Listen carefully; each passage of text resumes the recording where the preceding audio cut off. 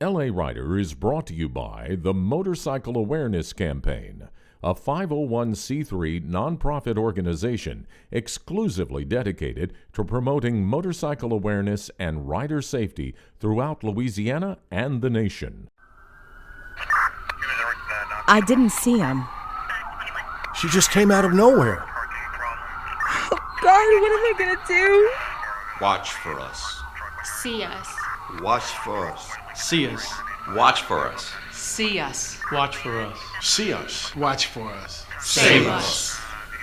Nearly two-thirds of all motorcycle fatalities are caused by distracted and inattentive drivers. Please, watch for motorcycles. Hello and welcome to LA Rider. I'm T.W. Robinson and I'm so glad you're joining us today. This week we take a ride on US Highway 61 and learn why it's called the Blues Highway. We spend some time exploring the historic town of Clarksdale, which bills itself as the birthplace of the blues, and discover one of the quirkiest, most unusual hotels in America. And of course, we check out the food. Everyone knows you've got to eat to ride. All this and more coming up on this edition of LA Rider. So kickstands up, everybody. It's time to take a ride.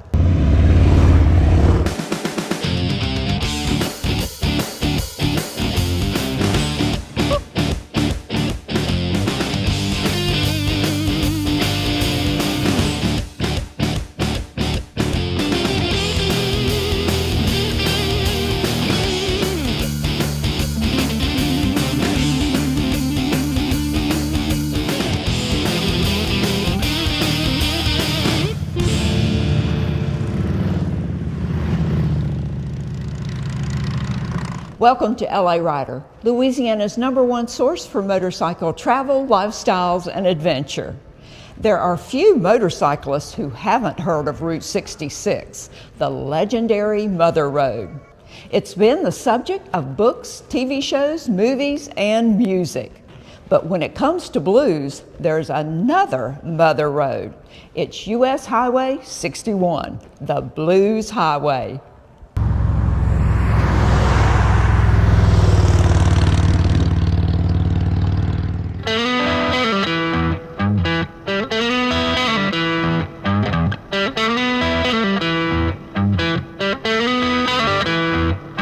US Highway 61 is a 1,400-mile federal highway that stretches from New Orleans to Minnesota. Created in 1926, the highway generally follows the course of the Mississippi River and is sometimes called the Great River Road. But the southern portion of the highway, which cuts through the heart of the Mississippi Delta, has another name. It's called the Blues Highway because of its long history and connection to American blues music.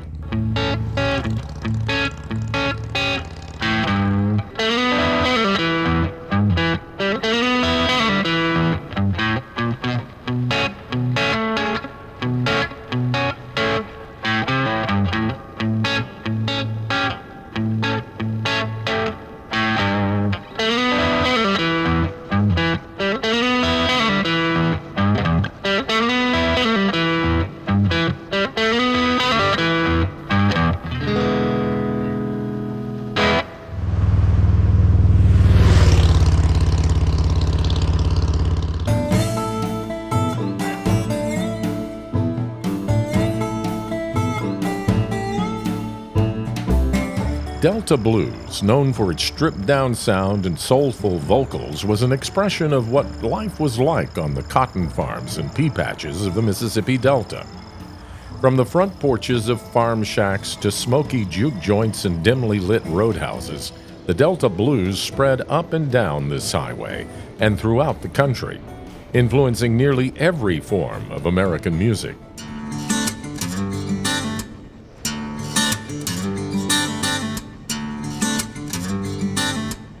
In 2006, the state of Mississippi created the Mississippi Blues Trail, erecting over 200 interpretive markers at historic sites throughout Mississippi. The state of Mississippi also officially recognized the vital impact Highway 61 had on the development and growth of this important musical art form by designating it as the Blues Highway. There are many cities and towns along this highway where you can hear the blues and learn about its impact on the region. But if you want to totally immerse yourself in the blues experience, there is no better place than Clarksdale, Mississippi.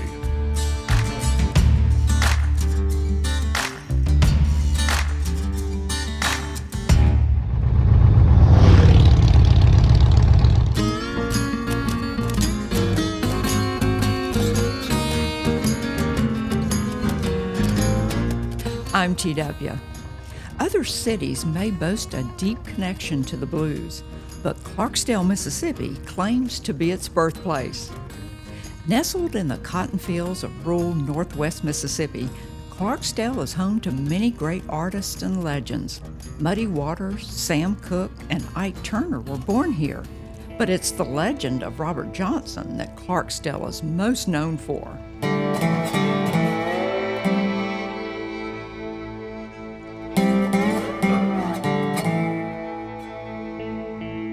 According to the legend, Johnson, a struggling blues musician, ran across the devil late one night at a crossroads near town.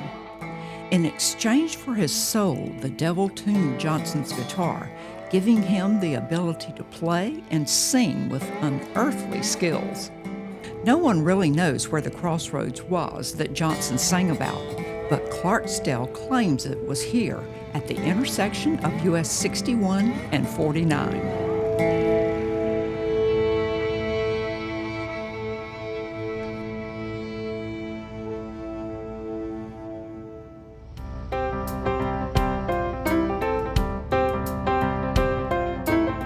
The blues is very much alive in Clarksdale. It's the home of the Delta Blues Museum, more than a half dozen blues clubs and venues, including actor Morgan Freeman's Ground Zero, and several restaurants and eateries that also regularly feature live music. But perhaps the most eclectic attraction of all is located in the middle of a cotton farm just outside of town. A sprawling collection of old shacks and farm structures anchored by a once abandoned cotton gin. Welcome to the Shack Up Inn, perhaps the strangest hotel in the Mississippi Delta, or perhaps the world.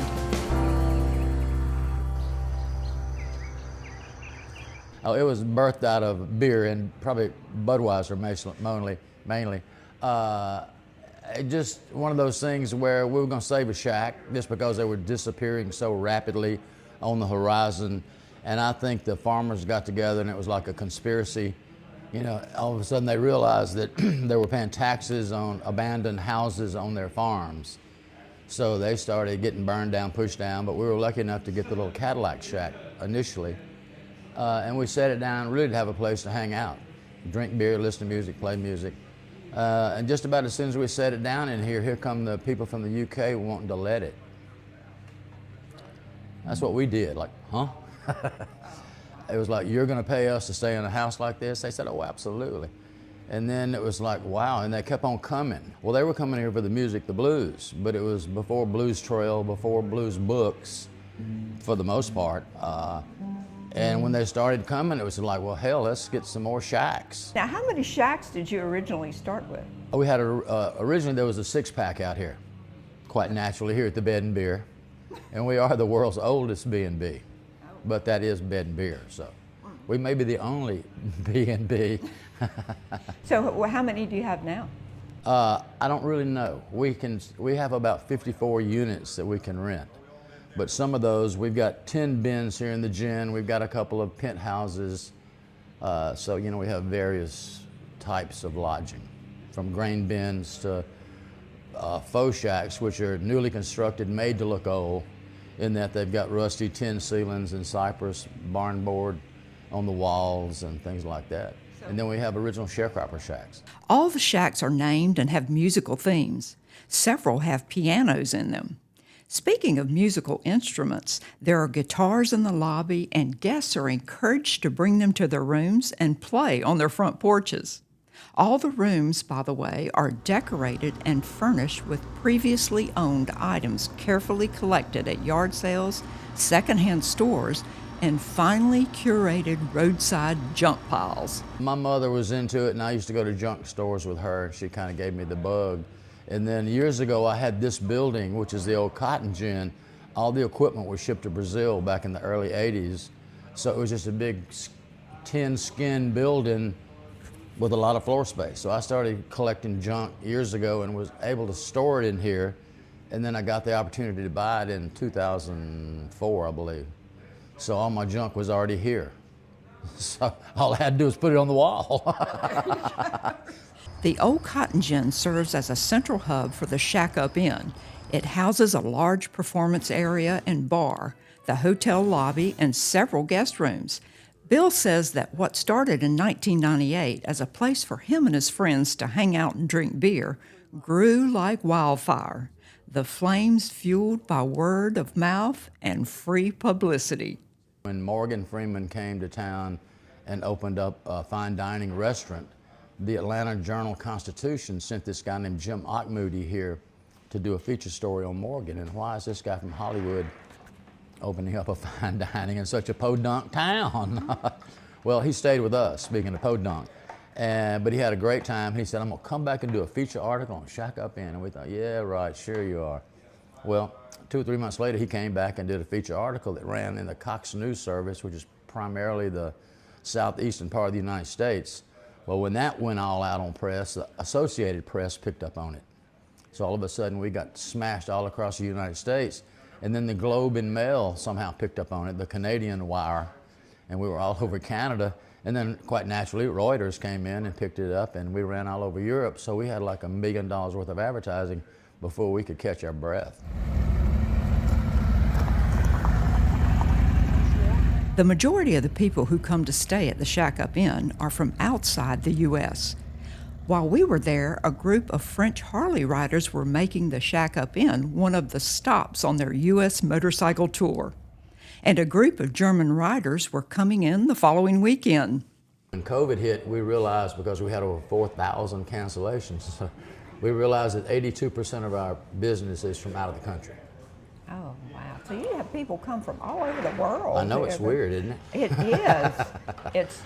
It's very interesting. But it's a great blend, because it's weird because no matter where they're from, part of their brain is of like mind. You know what I mean? Right. There's that appreciation factor for the old, there's the music factor, there's literature, you know, and we get a lot of schools that come here, and from here they can do Civil War, civil rights, literature, and music. So it's like a full curriculum for schooling people. Bill says it is really not surprising that the majority of his visitors are European. He says if it had not been for British rock bands in the 60s, the blues may not have been as wildly popular as it is today. The Europeans made me realize that this is what it's all about. You know, this is why they know more about us than we do, a lot of them. And it's a little on the weird side, but thinking about it, had it not been for the Yardbirds, the Stones, you know, Eric Clapton, those people that took the music from here, took it overseas and tweaked it and then threw it out on the world, and the world goes, whoa, where'd that come from? Well, it's weird that it kind of came from here. There's a strange vortex. So tell me about, I have seen a lot of people in and out with guitars. Tell me what that's all about. Well, we're in the middle of a 5-day guitar camp, from beginner to accomplished, and they break it off into, I think we have 5 coaches, anyway, they break it off into groups of 2 and 3 and go to their different shacks or different areas and learn how to play the guitar better.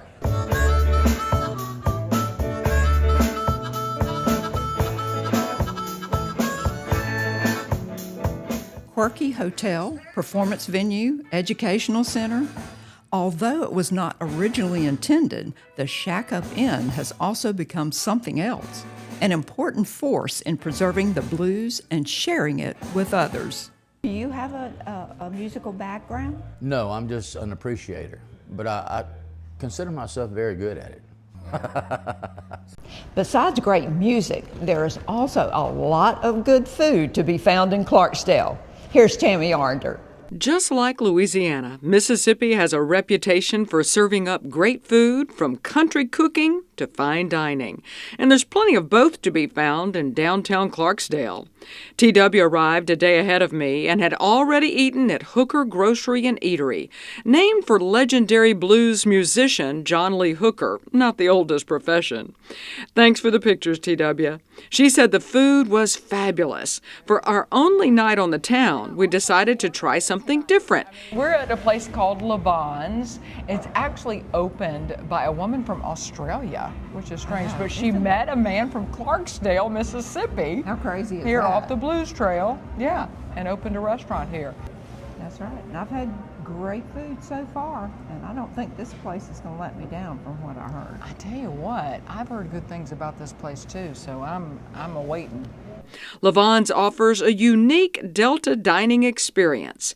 The menu is a blend of New Orleans-style cooking and local cuisine, with entrees like shrimp and grits, blackened catfish, pasta, and steak. I chose blackened Mississippi catfish, served on a bed of Parmesan cheese grits, while TW chose one of her new favorites, shrimp and grits. Look, this is some Mississippi catfish right here.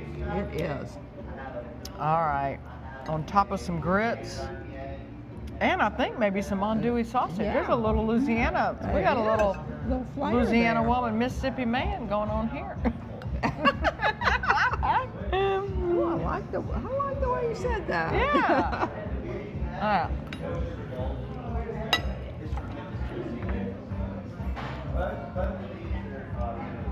Oh my gosh, that is outstanding. Oh, we'll have to have a bite of The that. perfect amount of heat, because you know, even though I'm a Louisiana girl, I have a pretty sensitive palate.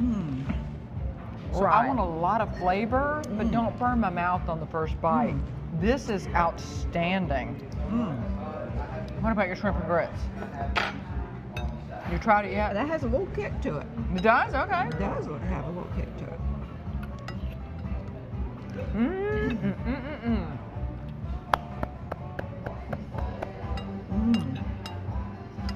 I'm happy.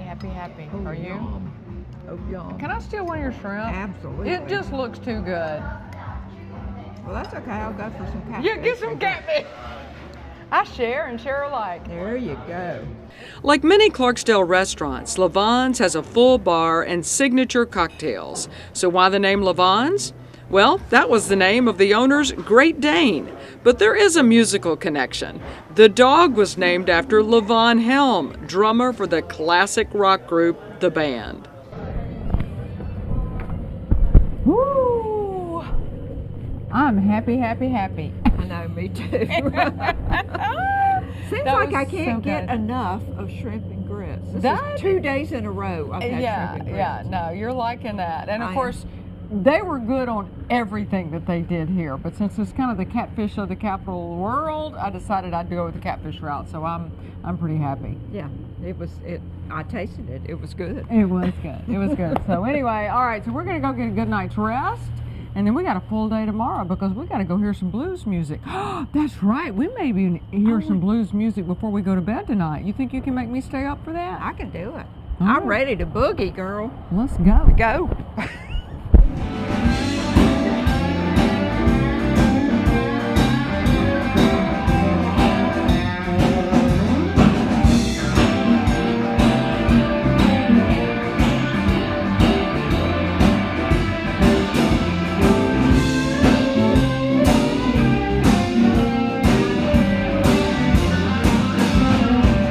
It was just a short walk to Hambone Art and Music, an eclectic art gallery / bar / music venue.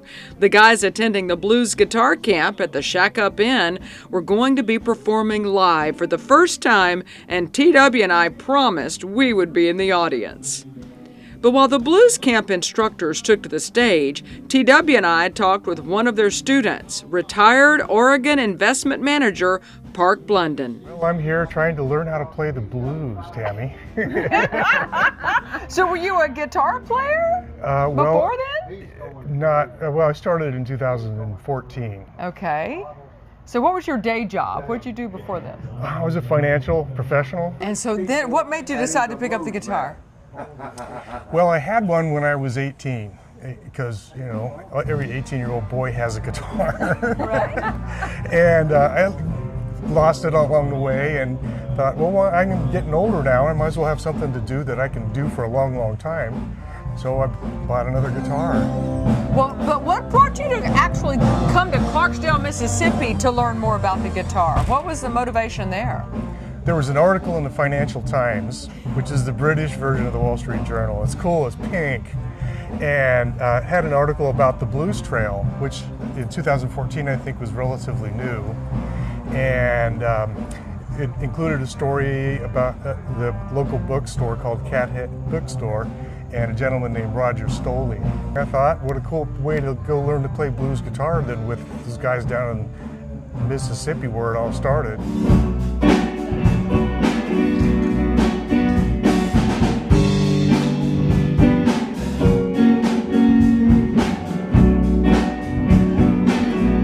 The performance was just one of the features of the Blues Guitar Camp put on by a group called Down to the Crossroads at the Shack Up Inn that week. During the 5-day guitar camp, students got one-on-one training from seasoned blues musicians from all over the country. There was instruction in both lead, rhythm, and bass guitar. What have you learned? What do you go back home to Oregon with after coming here? Well, jive and grooves. in that order.